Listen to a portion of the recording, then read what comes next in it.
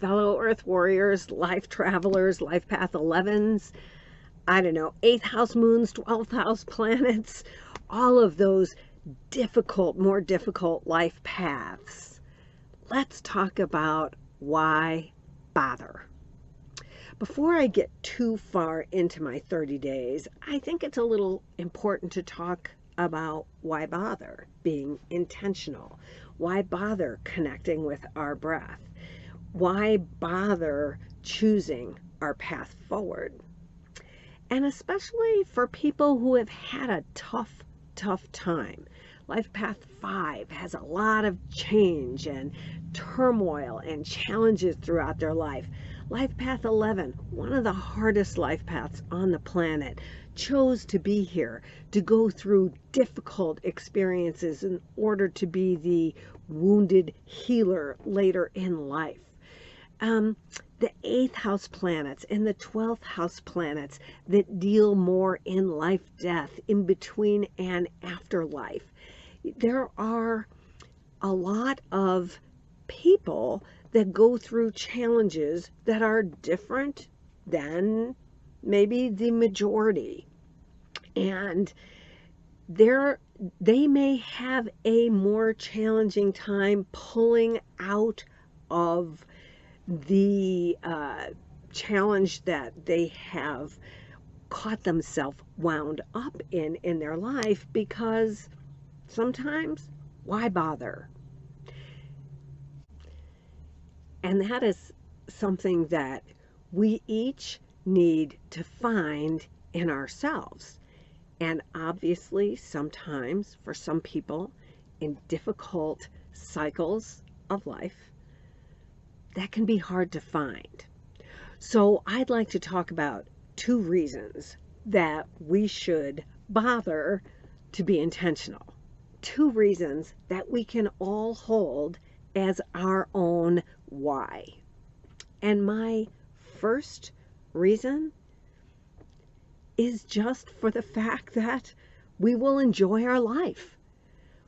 We will have a better experience, a more pleasurable experience, enjoying the deliciousness of the planet Earth, if we give ourselves the opportunity to intentionally pave that. And why, if we know that there's a chance that through changing something as simple as the habit of our focus and our breath, that we can shift into a more enjoyable earthly experience, why not? That's number 1. Now, it is a little bit like watching hair grow. You can't wait and measure, because it takes maybe some time before all of a sudden you catch up and recognize you're in a new place and that you're in a happier place than you were. My second reason is a little harder to reach, but my second reason is because I don't want to have to repeat these same lessons in another lifetime. I want to create success in this lifetime that will give me an easier path next time, no matter where I choose to be. Whether I choose to come back to Earth life again as an Earth warrior, because I feel pulled, I feel a responsibility to our humanity and planet.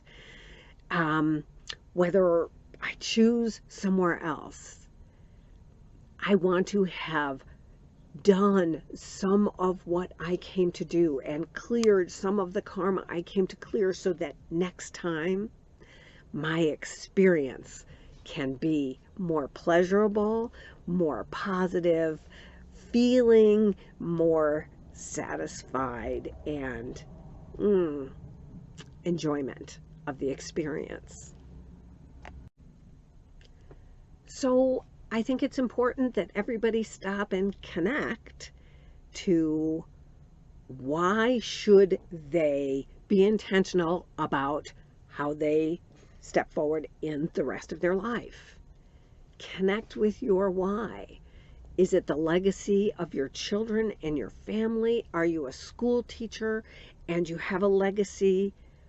Why is it for you? Feel free to choose to have a greater experience in the next lifetime. Feel free to choose to have a happier years ahead of you. Nice English. Feel free to, share in my assessment of the collective why.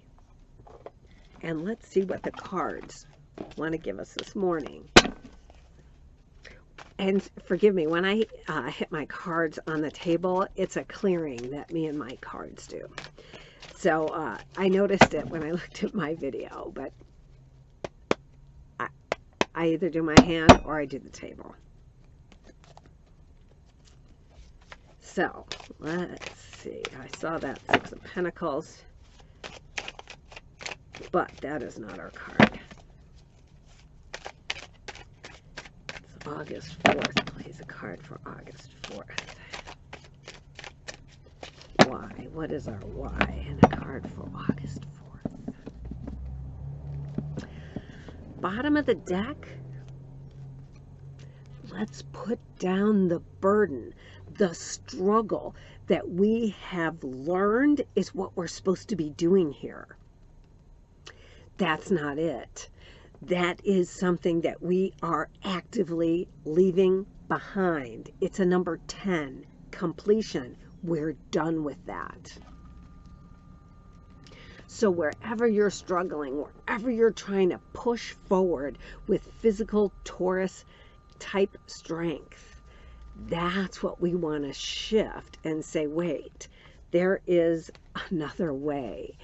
And that way comes through celebration and love and lifting our cups, finding the joy in our heart, finding our purpose, stepping into it, sharing with others. Threes are creativity. Threes are joy.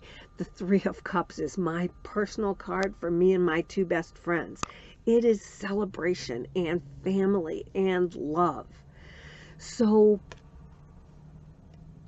our message to put down the burden and recognize that there is another way and connect with the people in your life and look around you to choose your why, to move into joy, to move toward joy. It doesn't happen right away. I am not the happy-go-lucky, joyful person, but I move toward that energy and it feels good. There is a lot happening around us in the earth life. There's a lot. I even see the swirls behind me. There is a lot in the politics, in the world, in the earth, in the pandemic, in time to go back to school for kids and work, and how do we shift into this new reality. The wands are our passion. And while the Eight of Wands is a really card of communication and a lot of stuff happening at once, and since we have the Ten of Wands on the bottom of the deck, I'm going to remind anybody who is focused on the things going on in the world around us, something that I've worked actively to pull back on in the past couple of years, as I see that the things happening around us have to happen in order to shift humanity, difficult as it is to watch. This is our message to put that burden down, take our focus off of what's happening around us, and turn our focus inwards to our own passions. Instead of beating our head against the wall, which is what I call my Ten of Wands, he's got his head right about that, in those wands, forgive me, put the burden down and focus on your own passions. What is it that you want, that lights you up. And in lighting up your own passions, you will share that energy with the people around you, and you'll have an impact on the people around you. So thanks. That's a message for today. See you tomorrow.